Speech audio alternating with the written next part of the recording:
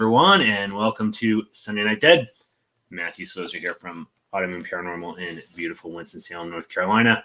Hope you all had a great week. Thank you for closing out your weekend with me tonight. Hey, Jason, how are you? Tonight we are talking about the Manson family and the murders. Hey, Jade, hope you are doing well. I guess it's pretty late out there. Did want to add, too, I did reply to your email. So just so you know, to look for that. So anyway, hope everybody is doing good today. We are, for folks that maybe are in cold areas, I know we got a lot of friends up or out near Colorado that are getting snow.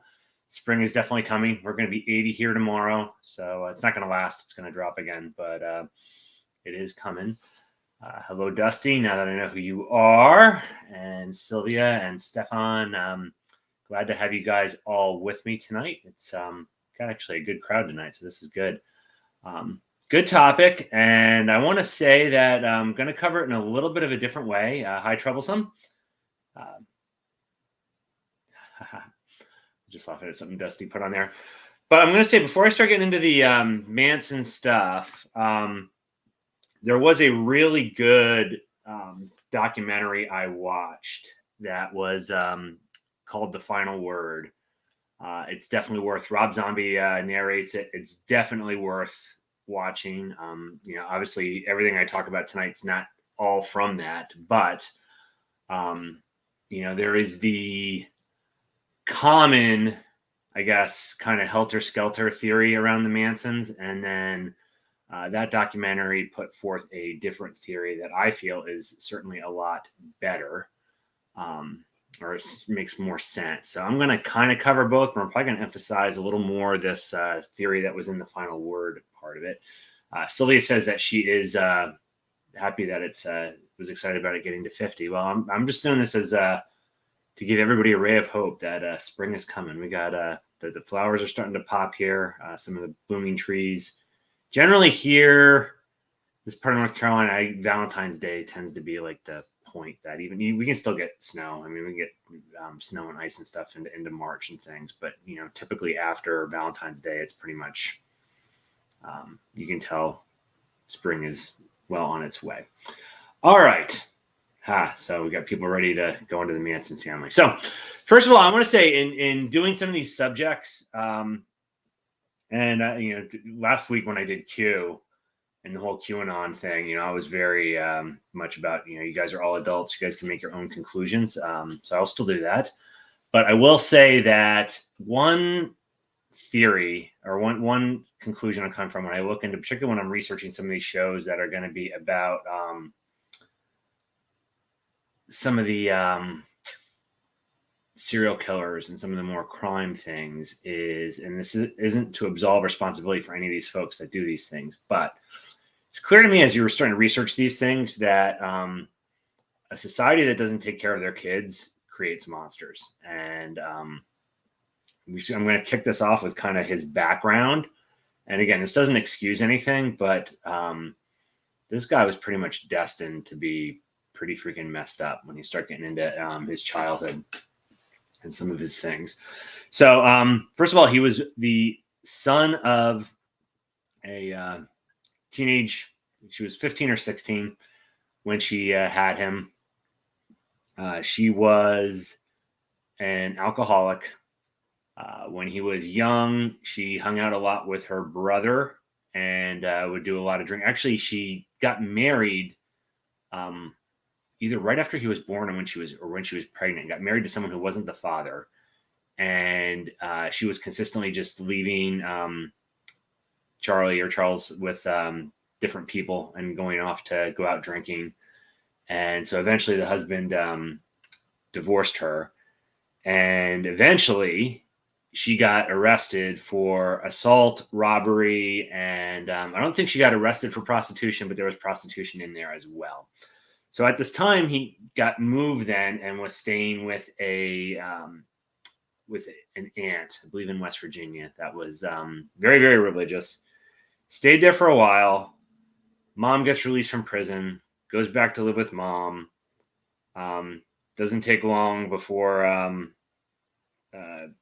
mom would just leave him and go out drinking, which really gets to another piece. If you're not familiar with kind of attachment theory, and this isn't a psych show, so we're not going to get into a lot of psych stuff here, but if you don't develop like a safe connection kind of with some kind of caregiver figure very early on in your childhood, it creates problems. And kind of the bigger those issues are, kind of the bigger the problems are going to be. And obviously this guy had a really, really big problem. So, the mom starts leaving him then to still go out drinking. She obviously had, was likely an alcoholic, had definitely alcohol issues.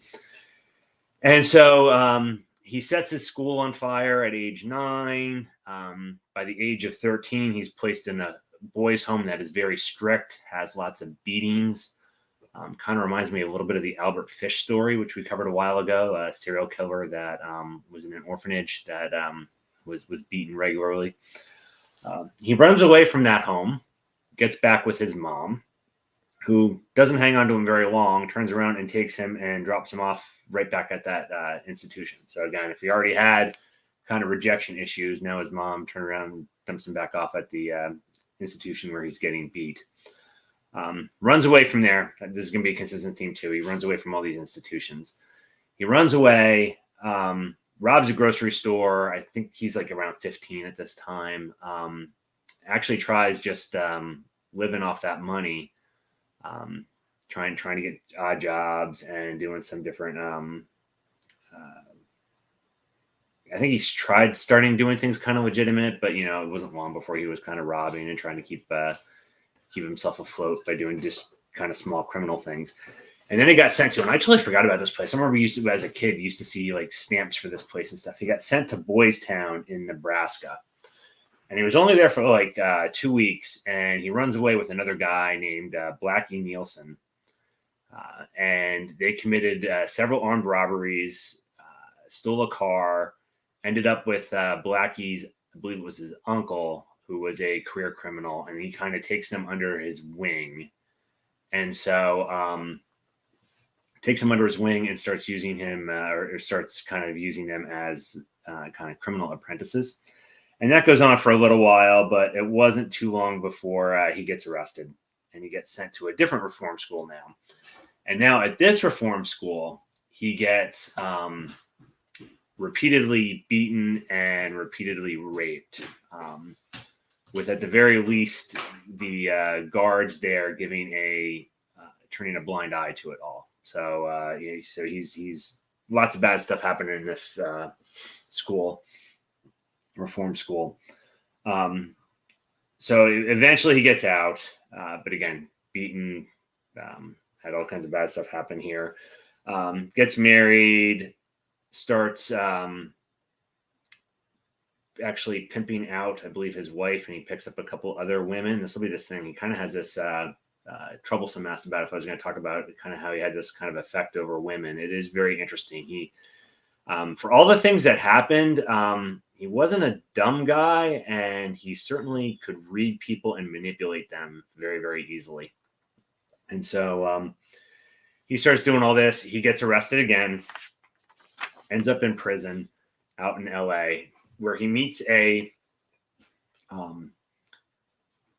one guy that ultimately ends up being a record producer. This is going to come into play later with the La Bianca murders. But that's where he makes this one connection. But he basically, when he's released in the late 60s, he is 32 years old, and he spent over half his life in institutions. So kind of prison was kind of where he grew up, what he knew. And so that's kind of his social, if you just think of kind of, I don't think you truly know prison life unless you were actually in it, but that is kind of his reality and kind of his world. So it's already kind of warped and kind of distorted how he viewed things. So he goes out. This is late 60s now. So this is Summer of Love, 67 going into 68, which, that year is really a big transition year where things start turning the kind of peace, love, hippie movement kind of turns more to it's when the assassinations happened. RFK and Martin Luther King, lots of riots, lots of things kind of turn darker around 68. But he's hanging out in San Francisco. He had a parole officer out there that was actually also an instructor out at Stanford that was also doing some things related to kind of, again, they're all like experimenting around like acid and doing different studies and things around it. So really kind of a weird time. But they noticed that he was starting to attract a group around them. This would later become kind of the family. Now, I'm going to branch off and say the Helter Skelter kind of philosophy is that he read this book, Stranger in a Strange Land, and, you know, Beatles lyrics and Scientology, and kind of mixed it all up and kind of became this guru philosopher guy and started attracting people around that thing. And that definitely was going on. I mean, he definitely saw himself as this kind of like leader, guru guy, philosopher. But I'm going to kind of describe this because it's going to split kind of into two paths, two theories here as to what happened. And one's going to be heavily based on kind of this philosophy and what he thinks happens. Around to that, I might as well get to it early on here. Around that is that he believed, and I'm gonna say this right off the bat. There's kind of racist overtones to this, so just be aware. There was going to be a race war. The Beatles were sending lyrics out to kind of hint towards this race war, and the blacks were going to win the race war, overtake the whites. But as I said, this is kind of the philosophy's kind of racist on this. They wouldn't be able to handle running things, and so Manson and his group were going to hide in this cave in Death Valley and kind of emerge at the end of it. And then they were going to be kind of the leaders. He was going to be almost like the second Messiah and kind of be the leaders of this new world afterwards. That's the one theory. Now, I'll say up front, if you watch this other documentary, they will all say that the lead prosecutor who wrote the book, made a ton of money off the book, basically made all that crap up. And that was basically their theory. They built everything else around that. Pretty much everything I've seen from the different family members that were talked and interviewed, either discount the whole thing or dramatically downplay it. So we're going to go down this other path and show what happened, which is interesting because I think some folks may have liked the Helter Skelter things. I just lost a whole bunch of people when I talk about this other path, which is very interesting. So anyway, so we'll get back to this. I always find that interesting when you see like a big drop. So anyway, some of the big key members of the family, there was Tex Watson. We're going to get into some specific things with Tex Watson, but he was a bad dude and he did a lot of the killing related to this and seemed to be kind of, I don't want to say mastermind, but he was heavily involved in a lot of this stuff. Bobby Beausoleil, he is involved in one of the first murders on this and is still in prison.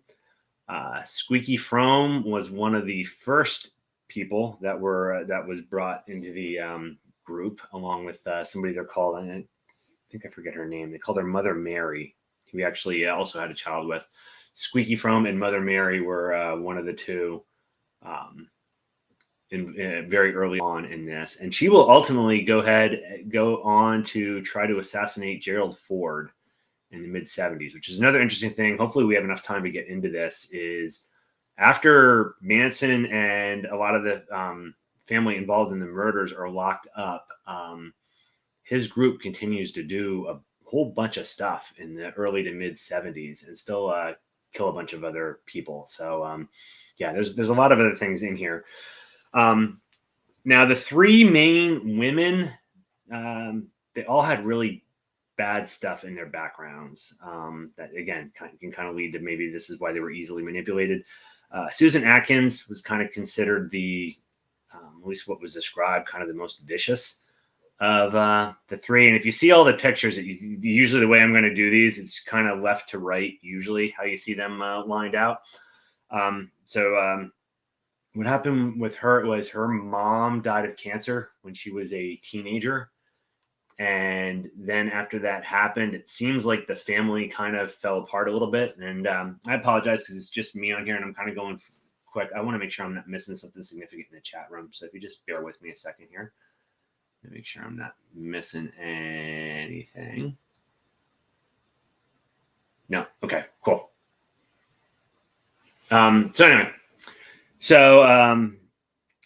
things seemed to kind of fall apart for her after her mom died, and there was kind of a passed into different groups, different things, and so she had a background of being abused. So that probably had a big. Again, I'm not making excuses for any of these folks, but just they had some rough backgrounds. Patricia Krenwinkel, usually seen in the middle of those pictures. Her parents were divorced. That was a much bigger deal. Back in the 60s, there was much more of a stigma attached to it. She ultimately went to live with her sister, who was much older than her, and her sister was a heroin addict. Kind of introduced her to drugs, so she started doing drugs with her sister. Her sister ultimately overdosed in the apartment. I believe she's the one that found her dead. So again, some pretty messed up trauma early on here. And then next was Leslie Van Houten. Now, Leslie Van Houten, I believe her parents were to stay together, but the thing with hers was she got pregnant. Her mom forced her to have an abortion. Again, abortion was legal or illegal back at this time.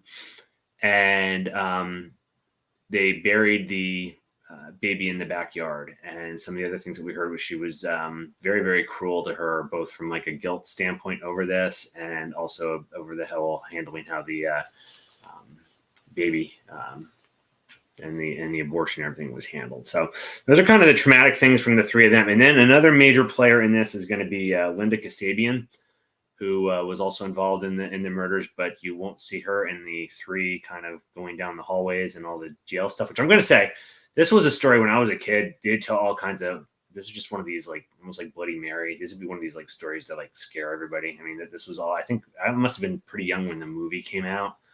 Because this was like a topic you heard about a lot. And so there was all these like rumors that, oh, they're still out there and they'll like creep in your windows at night and, they'll just go through your house. And if you don't wake up, you're okay. But if you wake up and they see you, they'll stab you to death. And so there'd be all these things about if you wake up in the middle of the night, don't open your eyes because the family might be in your house and stuff. And just, it was all made up stuff, just as, kids to scare each other. But I will say a lot of those images and the footage of the three girls in the kind of going up and down the hallways in the court and kind of the weird looks on their faces. And then they would sing and do all these, like, it freaked me out as a kid. I'll admit it kind of, they would kind of scare me and kind of creep me out. Anyway, at one point, two of the girls were, I think one was Patricia Krenwinkel, were hitchhiking, and they got picked up by Beach Boy Dennis Wilson. And so this led to a conversation with Charles Manson, and Charles Manson ends up living, and the women that were with him at the time, which wasn't the family wasn't huge yet at this point, ended up living with Dennis Wilson for a time at the house. We'll get to this later. That will be later rented out by Sharon Tate, where the first of the famous of the kind of gruesome murders happened. So keep that in mind. So what happened is they would stay there, and so Manson was recording with Wilson. They were like writing songs, and that was one of the things that Charles Manson wanted. He wanted to be a musician, and they recorded a whole bunch of stuff together. And eventually there was a guy, Terry.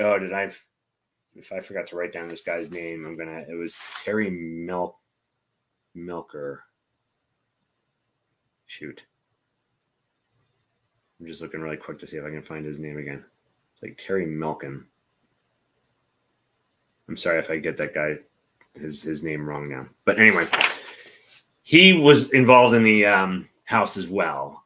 He was friends with the landlord. He wasn't the landlord, but he was the producer that was going to produce the album. Decided he wasn't going to. And then so eventually he didn't release the record. Dennis Wilson leaves. Basically, they get evicted. And so they're out of this house. So one thing in this alternate theory is, so keep this in mind, that Manson always holds a grudge and will always get even. So keep this in mind. So they eventually moved to this place called the Spawn Ranch. They did lots of Westerns out here. There were some dilapidated houses that they lived in.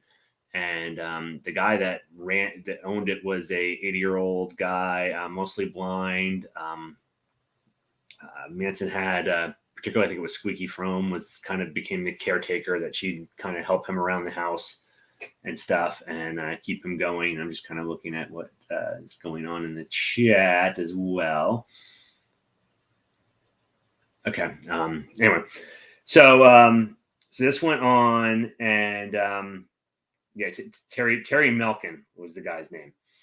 So then later on, after Sharon Tate rents out the house, Manson shows up there at one point looking for Terry Melkin. He wanted to confront him because he was mad about this. Terry said he was going to produce his record, and he didn't produce his record.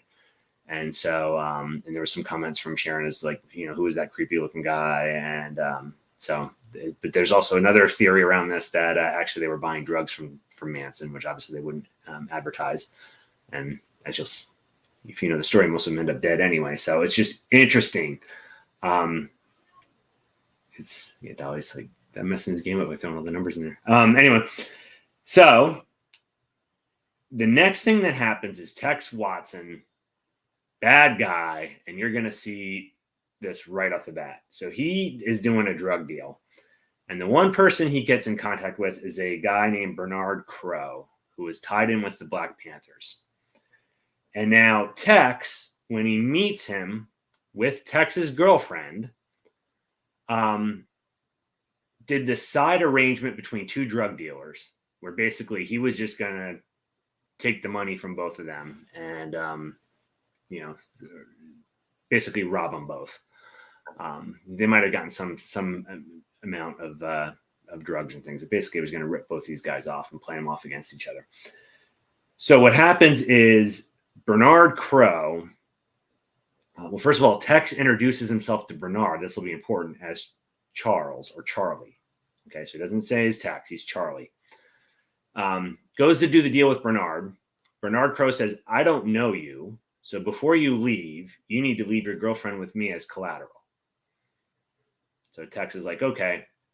He takes the money or the drugs, whichever one it was, and leaves, and basically just leaves his girlfriend behind with this guy. So he just takes off. So now Bernard Crow is pissed. Bernard Crow knows where the ranch is, so he calls the ranch and asks for Charlie, because Tex introduced himself as Charlie. So who does he get on the phone? He gets on Charles Manson, who now doesn't know what's going on. And this Bernard Crow guy tells him that, you ripped me off. I'm heading down to your place. I'm going to burn the place down, and I'm going to rape all your women. So Manson says, hang on, I'll come down and talk to you. Just chill out. So Charles Manson goes to talk to the guy. It goes badly. And Charles ended up shooting, Manson ends up shooting Bernard Crow. He thinks he kills him. He didn't. So now Manson is scared to death of the Black Panthers. He just killed one of their gang members. This drug deal went bad. They were already telling him that he was going to, kind of burn the place down and rape and kill people. So now he's scared. So he hires a biker gang called the Straight Satans to become bodyguards for the family against the Black Panthers.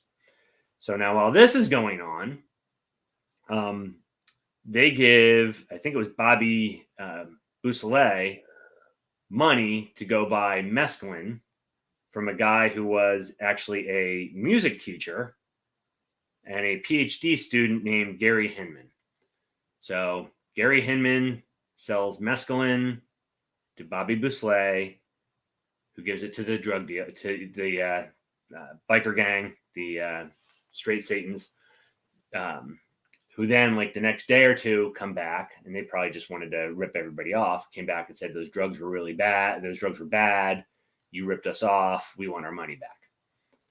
So now Bobby Bousselet is stuck here, and so Manson sends Bobby, Susan Atkins, remember I said was kind of at least had a rep for being one of the most vicious ones, and Mother Mary, who was the first one of his first recruits. She was a librarian at Berkeley. I don't think I added that earlier. And so they go to this Gary Hinman's house, and they stay there for like 2 days trying to convince him about the money. And this kind of goes back. This goes back and forth. This goes back and forth. Basically keeping him hostage. They think they have it all squared away when Manson just comes in kind of wild with like a sword. This almost reminds me of Peter in the garden in Luke. Comes running in and slashes his ear with like this big knife or sword. Everything goes to crap. It ultimately escalates to where Bobby ends up stabbing and killing Gary Hinman, which he eventually ends up in jail for. So now this changes things, and this is where the theory shifts. That there were witnesses that saw this, that saw Manson take part in this attack. And so again, this is that alternative to the Helter Skelter theory of kind of trying to instigate this race war, which I'm still going to keep kind of going along with this as well. The other theory here is he needed to get everybody else implicated or get dirt on everybody else so that they would stay quiet and nobody would rat him out on this murder or this, what happened to this guy. So shortly after, this was in July. So in early August, he sends Tex Atkins, Linda Kasabian, Pat Krenwinkel, who was the one whose sister died of the overdose, and Susan Atkins to the that Terry's house, the one where they stayed with Dennis Wilson, that is now rented out by Sharon Tate. Now, whether he thought Terry was going to be in the house or not, who knows? But the instructions were just to kill everybody in there. Remember, he went back to that house looking for Terry because he was pissed over the not getting the record deal. So, it's unclear if that's who he was after, if he just had a grudge against the house. Did he just pick that house because he knew it? But he actually used to live in that house. There was a connection to that property.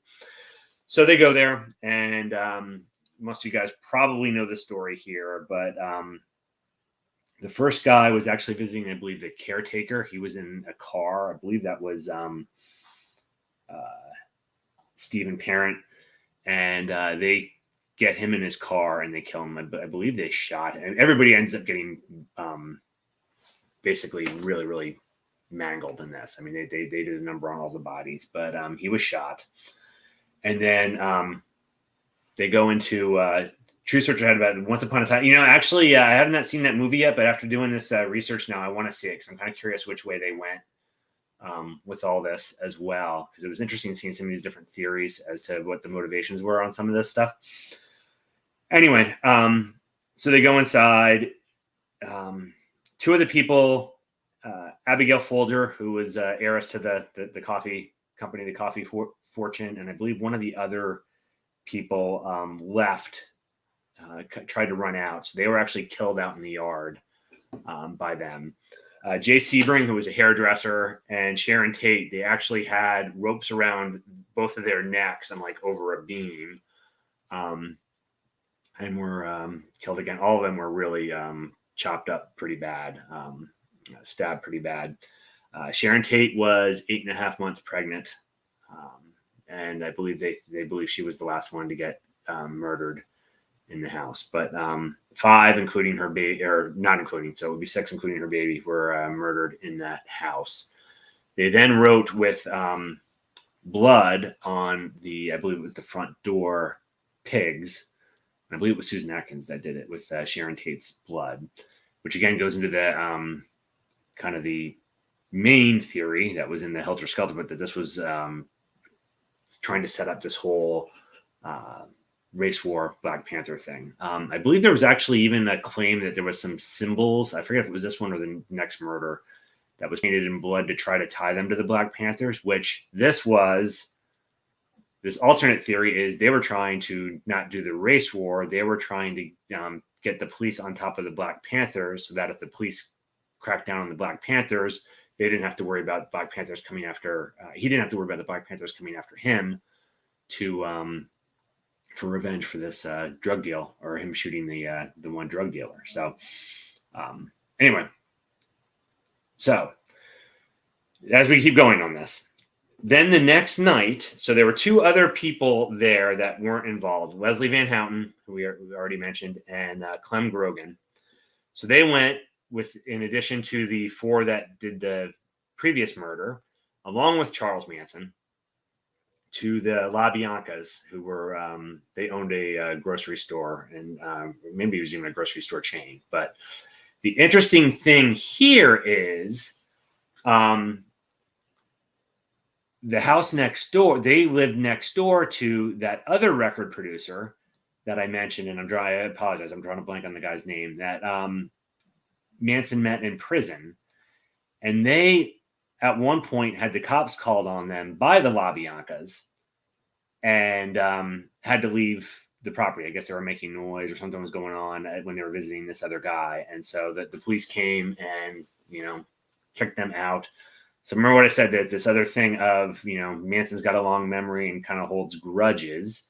So, one thing was that he picked these houses at random. No, there were connections to both properties. He actually lived in the one property and then knew the people that lived next to the La Biancas, and supposedly the La Biancas called the cops on them once. So, very, very interesting. So anyway, they get to the La Biancas. And Manson allegedly ties them up. But one of the things on here is Mr. LaBianca offered money. So part of this theory is that he actually got money. So just keep that in mind. Later, Manson, Clem Gordon, and I believe it was Linda Kasabian leave the other four behind in the house with, so again, it's Tex, Susan Atkins, Pat Krenwinkel, and now Leslie Van Houten. With the La Biancas, they chop up the La Biancas. He had a fork sticking out of him. They carved war into his stomach. They practically cut his head off. They took Mrs. La Bianca into the bedroom. And Tex and Leslie Van Houten chopped her up pretty bad in there. So it's just very, very gross. Now, the claim is that the other three went to try to get somebody else in this apartment down in, I want to say it was Venice, but I forget. But anyway, this address where they supposedly called on and nobody was there happens to be right next to what was the headquarters or the main spot for the straight Satans. So, as this other theory goes, they think LaBianca may have given Manson the money, and Manson was actually going back to the straight Satans to pay them the drug money back to make them happy so that they could still be his protection for the Black Panthers, who he was still scared about. So when the LaBianca murders happened, this is where they painted more stuff on the walls, the Helter Skelter. Now I'm drawing a blank on what the other thing was that they wrote on there. But basically, this is where a lot of the stuff that was on there led this whole theory to, was trying to trigger this race war. But there's also this other idea that, again, they were trying to get the police to look towards the Black Panthers, like that this was a something that they were doing, because if the cops were after them and possibly doing things to them, they didn't have to worry so much about revenge over this shooting. So, so that's it's interesting on that point. So we're nowhere near done. So, excuse me. So they go back, they get arrested. They actually get arrested over not the murders. They are not tied into the murders. They are not suspects in these murders at all. It was like a stolen car that things get searched. So a lot of them are in jail. And Susan Atkins in the jail starts bragging about killing people. And then she starts telling people in the jail, other inmates, that they're the ones behind all these murders. And that starts the whole thing rolling, and they start to investigate. And that's where all this stuff starts rolling into these, into them getting busted. Now, what's interesting is, and now I'm going to say these are claims on, these are claims from Linda Kasabian's lawyer, that Linda Kasabian was, I think she went back to Alabama. And so he goes, she basically lawyers up here.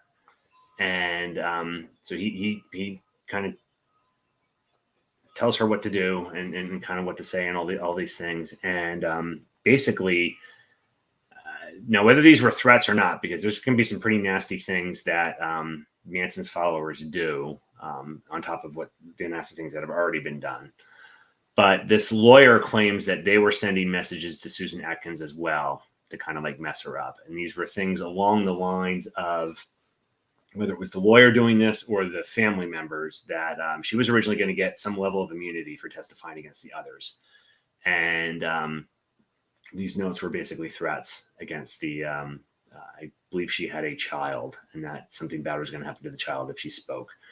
So basically, she recants her confession, recants her willingness to testify. Around the same time, Kasabian steps up, or already had the offer on the table that she'd be willing to testify. So she is now granted immunity for her testimony. And so she testifies against the other four. Manson wants to be his own attorney. The trial is an absolute circus. I mean, you can see all kinds of videos from the trial, and he would have them coaching them and sending them signals to do all kinds of weird stuff. Like, you know, they'd go in singing, they'd like all stand up and say things at the same time. They were doing all kinds of weird things under his direction, which again gets to the weird, they asked earlier from Troublesome about like kind of that weird hold he had on them, which did seem to fall apart when he got into the sentencing part of this. They were less willing to follow him or follow his lead by that point, but it was a little too little, a little too late. They all shaved their heads. The family was acting weird in the courtroom, so they eventually got like kind of banned from the courtrooms, and they had this like vigil outside or vigil in the hallways. And there was just this whole big circus element on it, to which even Kasabian's lawyer has some pretty interesting interviews on some of these things. And he was even saying, like, first of all, there was no way this trial ever should have been held in Los Angeles with all the publicity it got. So that was like a total mess up on the defense lawyers. And then some interesting things. So Leslie Van Houten's lawyer had a disagreement with Manson on something. And then he disappears, and they don't find him for months. And when they find him, he's dead and decomposed to the point they can't really even tell what he died of. So there's speculation that, he was killed by this group. And so, Truth Searcher's got a good one. I'm going to share that real quick because I think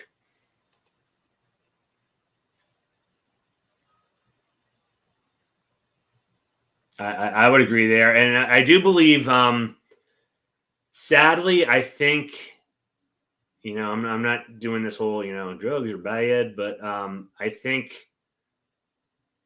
they were already all these folks, for various reasons, were pretty messed up to begin with. Oh, didn't mean to do that. Then add drugs on this.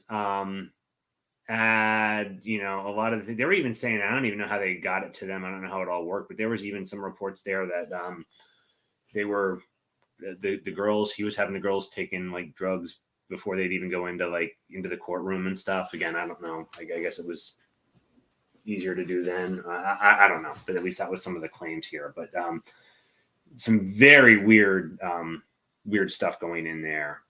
So yeah, the one lawyer disappears and dies. Then at one point,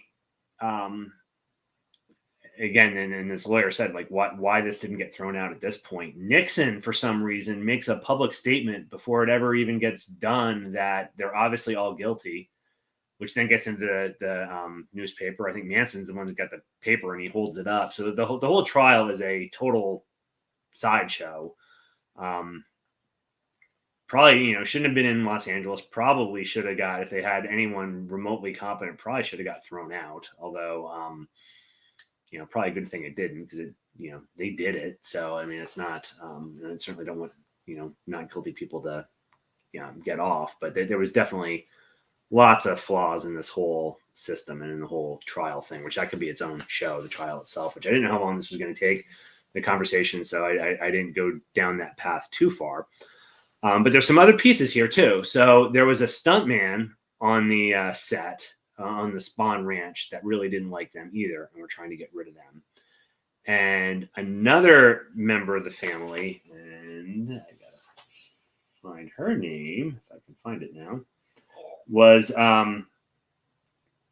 saw her or was witness to at least hearing him. She heard what sounded like somebody getting killed. And then one of them admitted it to her. So she was possibly going to be testifying in this as well. And another family member, they were at like a restaurant in Hawaii, and she was supposed to go back to LA to testify. And they bought food, and she stayed behind to pay. And then they went back out to the sidewalk and like ate the food. And after she got done eating her hamburger, the other person went, wouldn't it be bad if somebody put 10 tabs of acid in your food? And she started, feeling really, really bad, kind of got to somebody, kind of told her what happened, and they got her to the hospital, and, she ended up being okay. But basically, again, the rest of the family was going after her because they thought she was going to testify over this guy that did end up being dead. The stuntman that was after the family, he was murdered, and they claim again it was family members that did that. Then some of the family afterwards, this is early 70s, lived with these folks, the Willets. And they had a disagreement over something, and they killed both the husband and wife, or boyfriend and girlfriend. So there was a murder there. I think it was Hoyt, but I forget her first name. I want to say Mary Hoyt, but was one that was poisoned. And then, all the way into the 70s, Squeaky Fromme gets a gun, and she was going off on something about like killing the redwoods or something, and she tries to get close to Gerald Ford and shoot him. So, I mean, there was weird like Manson family stuff going on all the way until like the mid 70s, which kind of, again, just feeds all this. But, so what do you guys think? I mean, messed up guy with a really messed up childhood who seemed really good at being able to read other people and kind of, he almost seemed to work in that con man element very early on. And so I think you get that antenna and ability to kind of search out marks. And I think that's kind of what happened there, that he grew this group with him. And then, whether it was that he was really this messed up guru that was trying to bring about the apocalypse, or this more, what I think is a little more reasonable theory that, just not thinking things through. And then it's like a series of errors where, end up actually, Tex Watson does the really bad thing that results in somebody getting shot. And then you're afraid of gang payback. So you start doing all this other stuff that just escalates in a really weird way. But if your brains are freaking fried, how clear are you thinking on stuff? So it's just an interesting way to look at it. I found it a very interesting theory, and had at least a little more logic to it than just merely, we're going to try to bring about the end of the world by starting a race war. So I actually kind of like that second theory. I know, you guys are, I would say, I don't throw my own, but I'll kind of throw in that. I kind of just like that second theory because it kind of, to me, has more meat to it. Who knows for sure? They were messed up. Susan Atkins had brain cancer, so she died a while ago. The other ones are also Manson died. He had intestinal cancer and died. Tex Watson was in Texas, so his trial ended up being later. So he got to see all this stuff and saw how it all played out before he got to do his trial. But the rest that are all alive still are all in prison, except for Linda Kasabian. She got off and kind of kept a very low profile, and I think almost even kind of went into semi-hiding because obviously she was incurred the wrath of the rest of this family that if they were willing to try to kill the president, I'm sure they were going after her as well.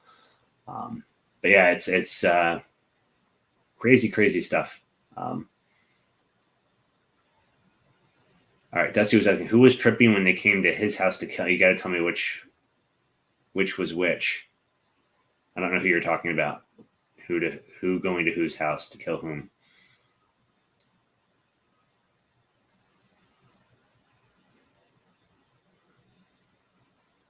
Yeah, Tree. I'm going to say that too. Yeah,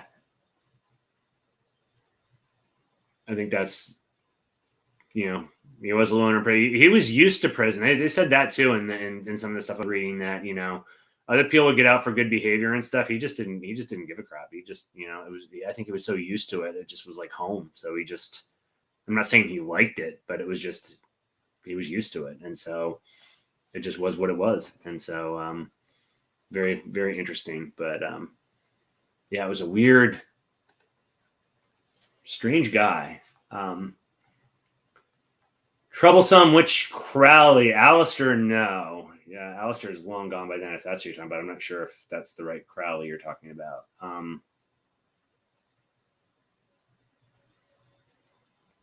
Yeah, well, Dusty, I'll share that one too. I don't think anyone other than maybe Manson went that way, but they were pulling all this weird symbolism and stuff. I think even the fact that it was the White Album and all that like that. But I mean, it's stretching things in weird directions, which again, I don't think anyone else really buys that.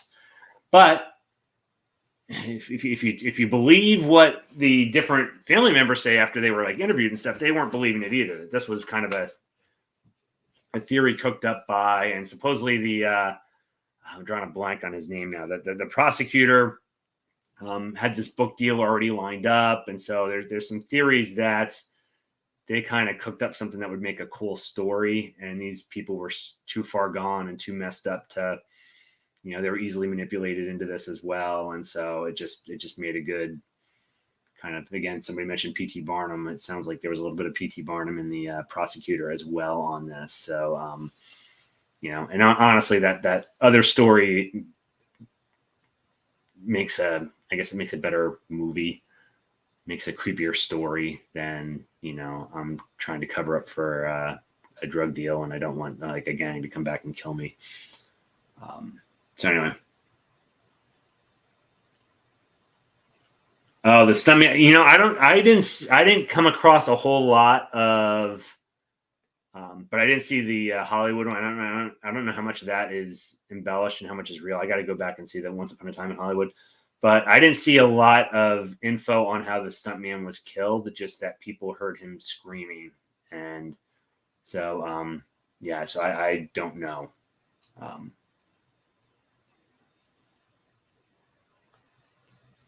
Yeah, that's a good one too. Truth, I hope you don't mind. I'm sharing your quotes here. I would agree with that as well. Movie suggestions for tonight's chat. Depends on what you want to watch.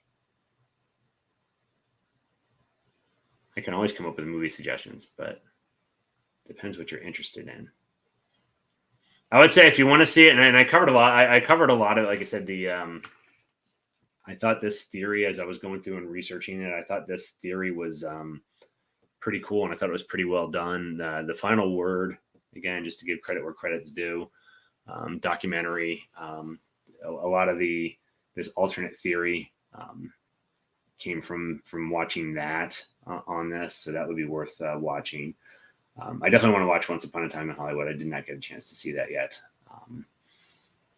but yeah, it's interesting stuff.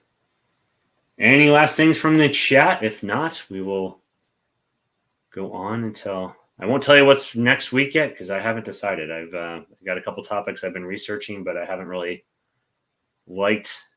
I like the topic.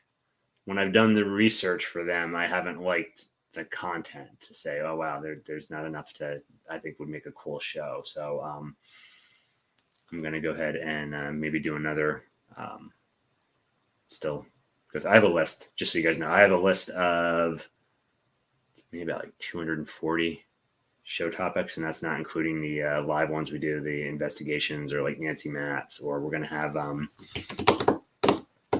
Samantha back on who does the Estes method. So in addition to that, we're going to go ahead and do those. But yeah, the two topics I've been researching this week to do the show, I'm not really happy with what I'm finding, so I may go in a different direction. So I won't give you the teaser on what that is. You're just gonna have to wait. But well, Teresa, sorry you're getting on late, but at least you can go back and watch the replay. And for everybody else, I'm let's see, very good, but don't research it before you watch it. A documentary on a spook Halloween house that goes bad. Did you put the? Oh, hell. I've watched that one. Hell House is one of my all-time favorites. When we did the, so we did. I don't know if we'll do it this year or not. It depends on how much. We did the Field of 64, best horror movies ever kind of deal, and I loved Hell House, and we had a lot of people pushing for that one to win. It got bounced, I think, in the final 8, and my daughter, who was a big fan for that one of my daughters didn't talk to me for like days after that. But yeah, Hell House is a great one. That's worth watching. I'll tell you the other one. Atticus Institute's a great one. Head Count. I'm trying to think. There's like 4 that I say that you don't hear of a lot that I really like. Atticus Institute, Hell House, The Bay, and Head Count. I have some people push back to me on The Bay, but I think The Bay is really good. Anyway, hope you guys have a great week. I'm glad we got done at a decent time because I actually have to go and pick up my son at work. So that's why you didn't hear the dogs going nuts, because nobody's here. So anyway, have a great week, everybody. Talk to you soon. Stay safe. See you next week.